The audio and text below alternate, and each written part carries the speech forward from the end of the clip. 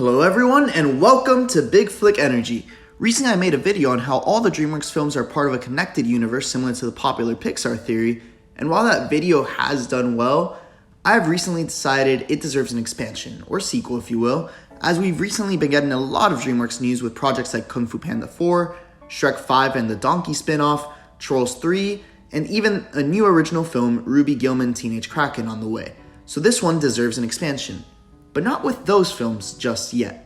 You see, I did not cover every animated film that has come out, as I left out 2D animated projects and the Aardman stop motion projects. Now, I do plan on making an Aardman expansion video, but for now, would like to focus in on the 2D animation films I didn't mention on the previous video, partially because they can fit in smoothly, because they are DreamWorks, and since it's Holy Week for Christians and it's Passover, and two of these films are religious in Prince of Egypt and Joseph King of Dreams, it feels like the right time to make this video.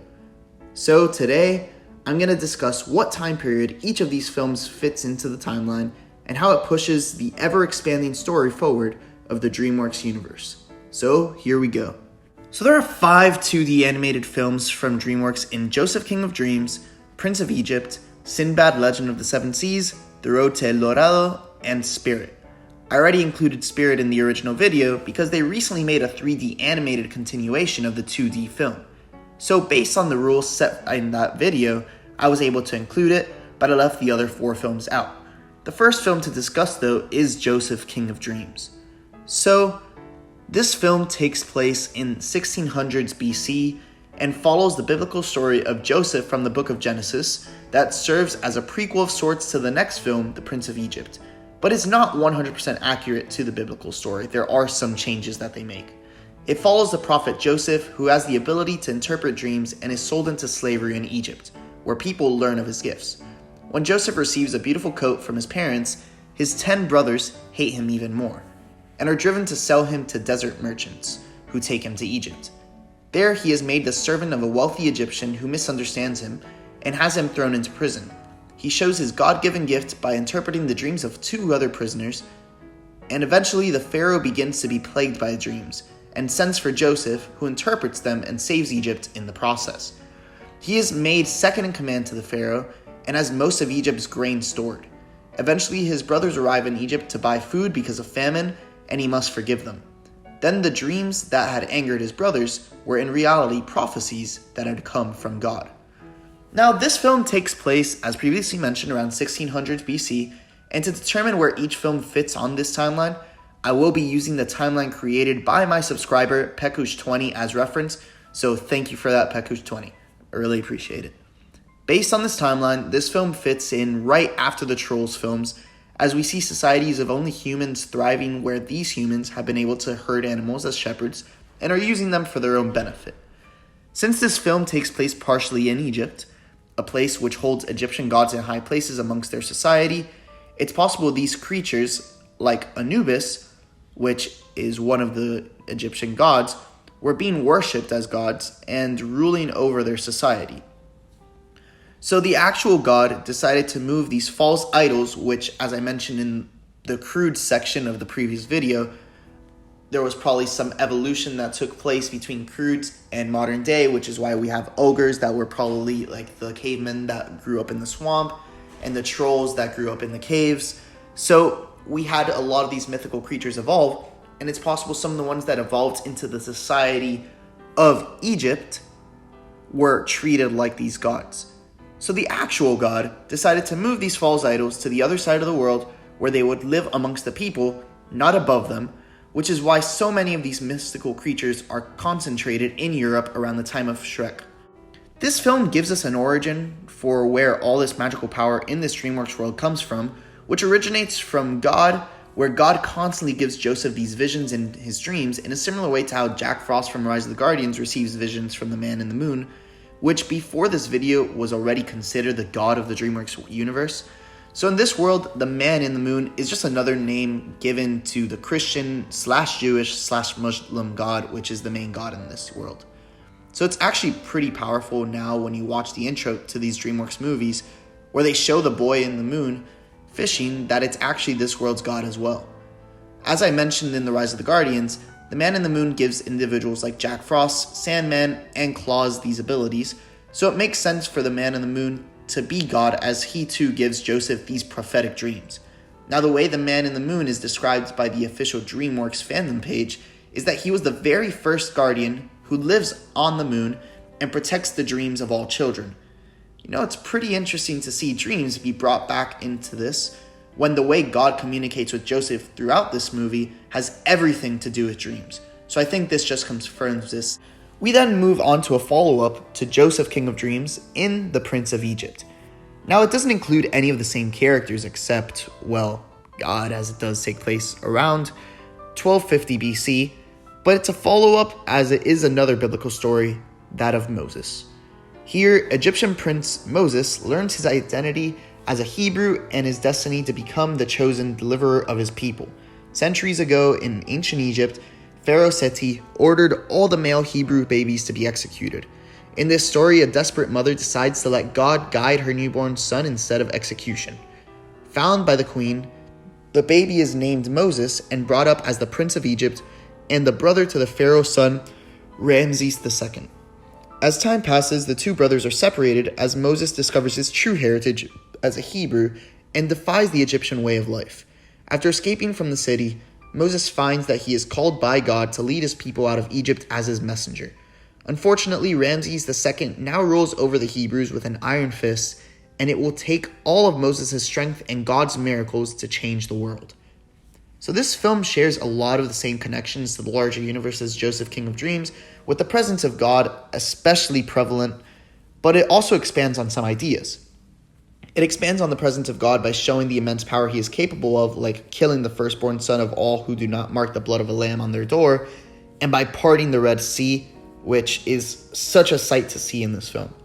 Yet he never shows his true face, and instead appears to Moses as a burning bush. Another way in which it connects to the larger world is in what Moses must do in this film: deliver the Hebrews freedom from the Egyptians, something which is reminiscent of what we will see later on, where one group of individuals, the humans, see themselves as superior to another, the mythical creatures, and basically treat them like tools to be used or to be killed.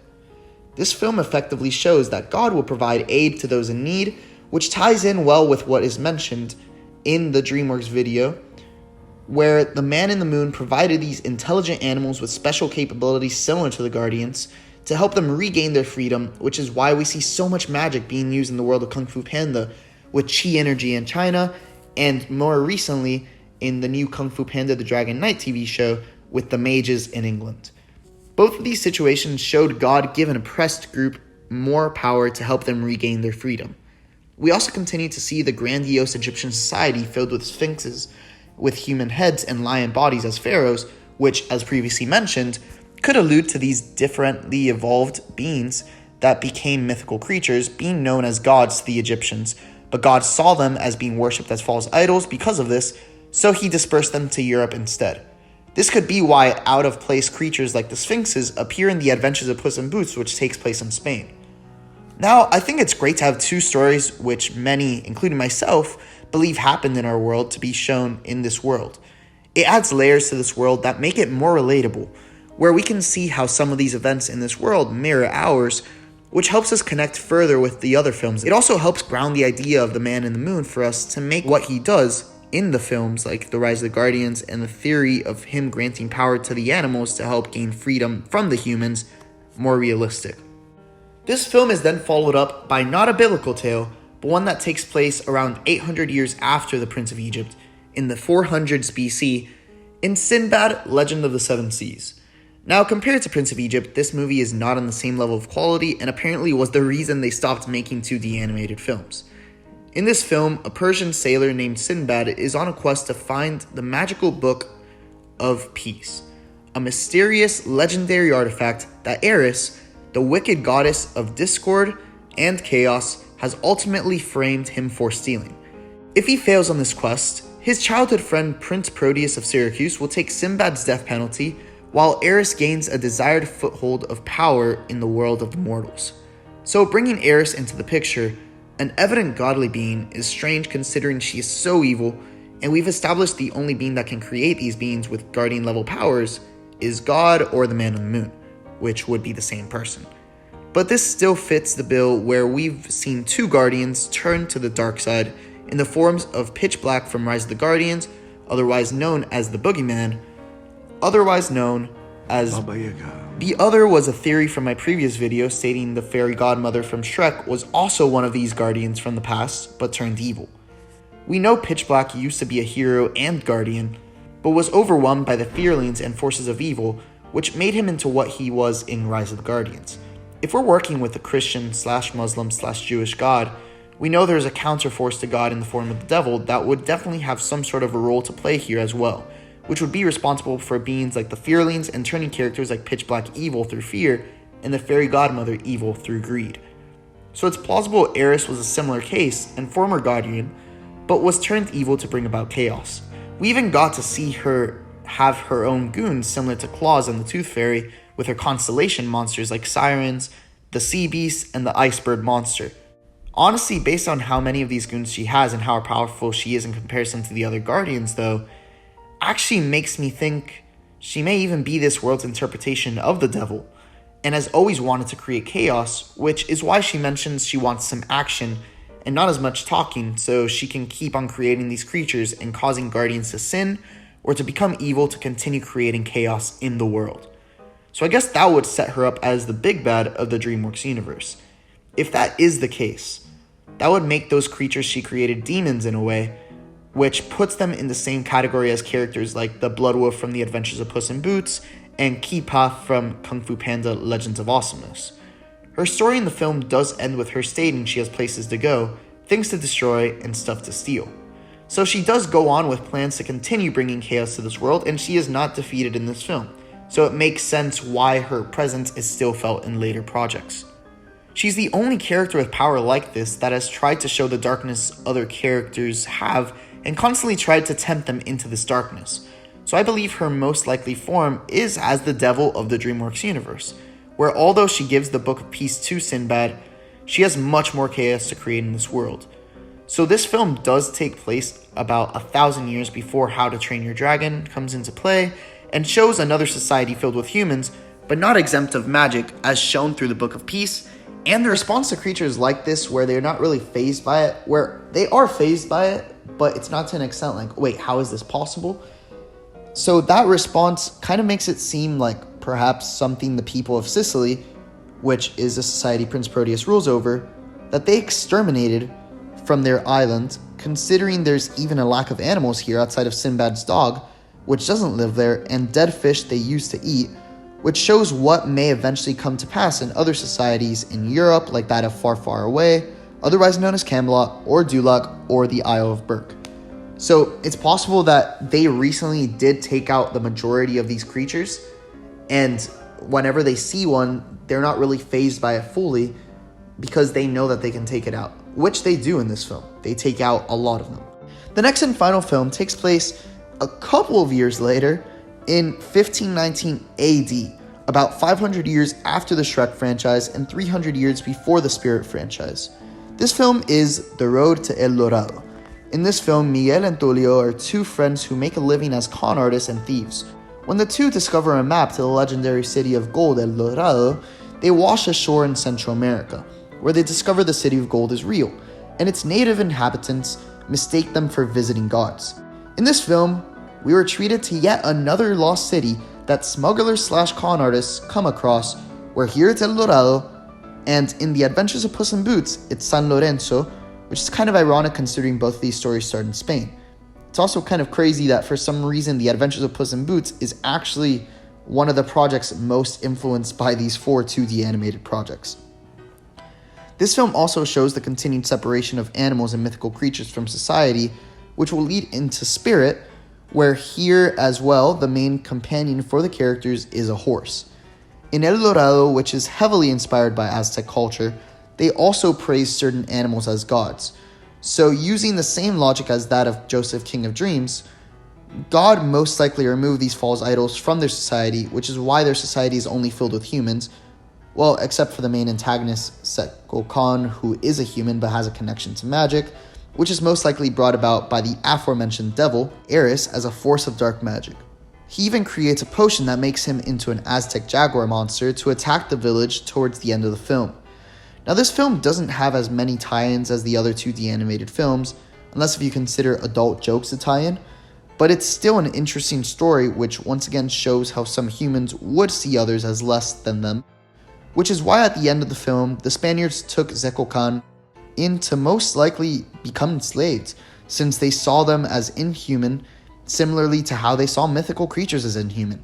It's honestly pretty crazy how many similarities this world has to ours, especially with 3 new additions based on the supposed true stories with Joseph and Moses, and the Spaniards taking over Mexico and discovering the New World. So these are the 4 films added into the DreamWorks universe for now, and more will be on the way. They've shown how this world is similar to ours, effectively grounding it and making it more relatable, while also showing us the biggest players in this world are in God, otherwise known as the Man in the Moon, and the Devil, who for now is believed to be Eris. So thank you so much for watching this video. Please like, comment, and subscribe for more videos like this. Let me know what you think about these 4 additions to the DreamWorks universe, and see you next time on Big Flick Energy.